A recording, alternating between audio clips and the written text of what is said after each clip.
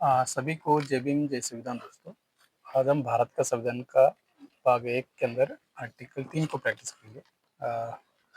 कल 2 को पढ़े थे, तो 2 के अंदर नए राज्यों का प्रवेश या स्थापना, तो इसको समझे थे। तो आज लघु संविधान पाठशाला इंडिया में आर्टिकल 3 को प्रैक्टिस किया जा रहा है।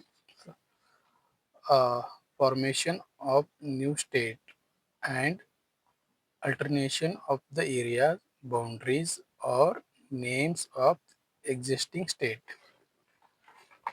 Parliament may by law close a for a new state by separation of territory for any state or by uniting two or more states or part of state or by uniting any territory to part of any state. Clause B, increasing the area of any states, dismiss the area of any states, alert the boundaries of any state, alert the name of any states. Though providing that no bill for the proposed shall be introduced in either house of parliament except on the recommendation on the president and unless where the proposal contained in the bill affect, affect the area, boundaries, or name of any of the states. The bill has been referred by the President to the legislature of the state for expressing its view thereon within such a period as may be specified in the reference or within such a further period as the President may allow and the period so specified or allowed the has expired. Explanation: in this article in clause A to E state including as union territory, but in the reprove state does not including a union territory. Explanation 2. The power conferred on Parliament by Clause A, including the power to reform a new state or union territory by unity a part of any state or union territory to any other state or union territory. इसको हिंदी में पढ़ते हैं। नया राज्यों का निर्माण और वर्तमान राज्य क्षेत्रों, सीमाओं या नामों में परिवर्तन। संसद विधि द्वारा खंड ख किसी राज्य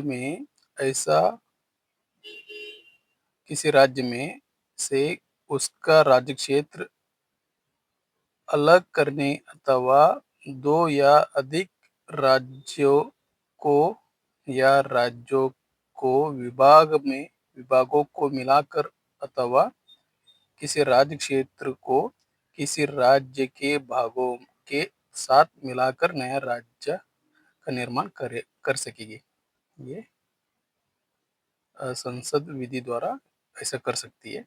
तो ये खंड एक ख कह रहा है, तो दो राज्यों का थोड़ा थोड़ा जमीन मिलाकर उनको एक राज्य नया राज्य क्रिएट कर सकती है। ये एक राज्य में उसको दो राज्य में डिवाइड कर सकती है या एक राज्य में मिला सकती है। ये राइट से।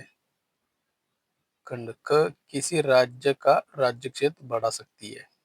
जैसे हम कहे कि एक राज्य है मेरे, जैसे कि कर्नाटक है, कर्नाटक का राज्य क्षेत्र और उसका बढ़ा सकती है कि केरल उसके अंदर शामिल कर सकती है या तमिलनाडु उसके सराउंडिंग, आंध्र प्रदेश, तेलंगाना, महाराष्ट्र, गोवा, इनका सराउंडिंग कर्नाटक का सराउंडिंग है। तो इसमें संसद चाहिए तो ऐसे कर सकती है, या कर्नाटक का बाउंड्री कर्नाटक का जो जमीन है दूसरे स्टेट में शामिल कर सकती है संसद चाहिए तो। ये किसी राज्य का क्षेत्र घटा सकती है, यानी कि मैंने कहा कि उसका राज्य क्षेत्र भी कम कर सकती है। किसी राज्य की सीमाओं में परिवर्तन कर सकेगी, कोई बाउंड्री को कम कर सकती है। किसी राज्य के नामों में परिवर्तन कर सकेगी, जैसे कि सरकार करते हैं हमेशा, तो नामों में परिवर्तन करते रहते हैं, उनको उनके हिसाब से रखते हैं। तो परंतु इस प्रयोजन के लिए कोई विधायक राष्ट्रपति की सिफारिश के बिना और जहां विधायकों में अंतर्विष्ट प्रस्तावना का प्रभाव राज्यों में से किसी के क्षेत्र, सीमाओं या नाम पर पड़ता है, वह जब तक उस राज्य के विधानमंडल द्वारा उस पर अपनी विचार ऐसी अवधि के भीतर जो निर्देश या निर्दिष्ट की जाए या ऐसे अतिरिक्त अवधि के भीतर जो राष्ट्रपति द्वारा अनुज्ञात किया जाए, प्रकट किए जाने के लिए वह विधायक राष्ट्रपति द्वारा उसे निर्देशित नहीं कर दिया गया है और इस प्रकार विनिर्दिष्ट या अनुज्ञात अवधि समाप्त नहीं हो गई है, संसद के किसी सदन में पुनर्स्थापित नहीं किया जाएगा। स्पष्टीकरण एक, इस अनुच्छेद के खंड क से खंड ड में राज्य के अंतर्गत राज्य संघ क्षेत्र है, किंतु परंतु में राज्य के अंतर्गत संघ राज्य क्षेत्र नहीं है। स्पष्टीकरण दो, खंड क द्वारा संसद को प्रदत्त शक्ति के अंतर्गत किसी राज्य क्षेत्र, संघ राज्य क्षेत्र के किसी भागों को किसी अन्य राज्य या संघ राज्य क्षेत्र के साथ मिलाकर नया राज्य या संघ राज्य क्षेत्र का निर्माण कर सकेगा। हमने आर्टिकल पढ़ दिया है, इसको लई सदन पाठशाला में चर्चा करेंगे तो समझेंगे। हमको गरिमापूर्ण जीवन जीने के लिए इसको भारत का संविधान के अंदर दिए गए राइट और अधिकार और कर्तव्यों को पालन करने के लिए तत्पर होना है। सभी के लिए यही प्रयुक्त है। सभी को साधुवाद, जय संविधान। थैंक यू, आपने मुझे सुना।